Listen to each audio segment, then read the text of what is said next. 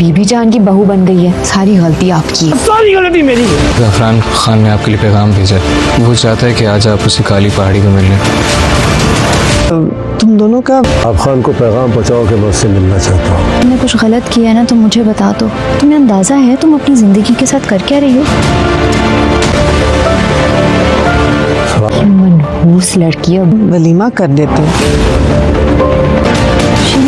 जैसे ही सरबलंद और रबिया का निकाह हो जाता है तो रबिया जो है वो शीनी की हरकतों पर पहले से ही नजर रखे हुए है और वो उसको यही बात करती हुई नजर आएगी कि मैं तुम्हें बचाने की पूरी कोशिश करूंगी। अगर तुमसे कोई गलती हो गई है तो वो तुम हमें बता सकती हो, क्योंकि मैं अब तुम्हारे सामने सरबलंद की वाइफ बन गई हूँ और मेरी भी हवेली में एक इज्जत है। मैं तुम्हें बचाने की हर मुमकिन कोशिश करूंगी। अगर तुमसे कोई गलती हो गई है तो मुझे बता दो। और शीरी जो है वो रबिया की बातों में आ जाएगी और उसको हर मुमकिन कोशिश करेगी कि वो अपने सारे राज इसको बता दे, क्योंकि उसे भी अब कोई दोस्त चाहिए जिसके साथ वो सराब खान के सारे राज जो है वो शेयर कर सके और उसे बता सके कि सराब खान ने उसके साथ कितना गलत किया है।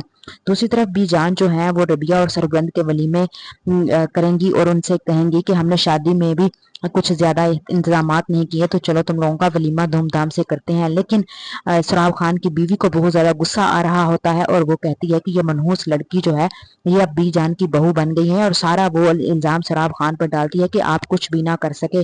जिस पर सराब खान भड़क जाता है, उस बहुत गुस्सा करता है और कहता है हाँ मैं ही कुछ नहीं कर सका।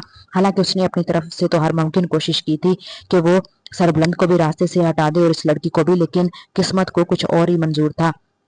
दूसरी तरफ जैसे ही जाफरान देखता है कि उसके बांजे तुरसम के इरादे बदले हुए हैं, वो अब उसकी तरह पहले की तरह उसकी बातों में नहीं आ रहा, तो वो सराब खान को पैगाम पहुंचाता है और उससे कहता है कि तुम काली पहाड़ी पर आकर मुझसे मिलो।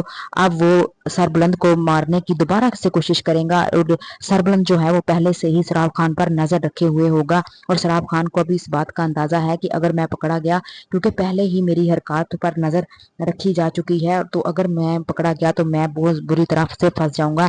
लेकिन जाफरान भी वाजिद है और वो बार बार उसको पैगाम भेज रहा है कि वो आकर पिछली पहाड़ी पर उससे मिले और वो मिलकर अब तुरसम और सरबलंद की जान लेने की कोशिश करेंगे।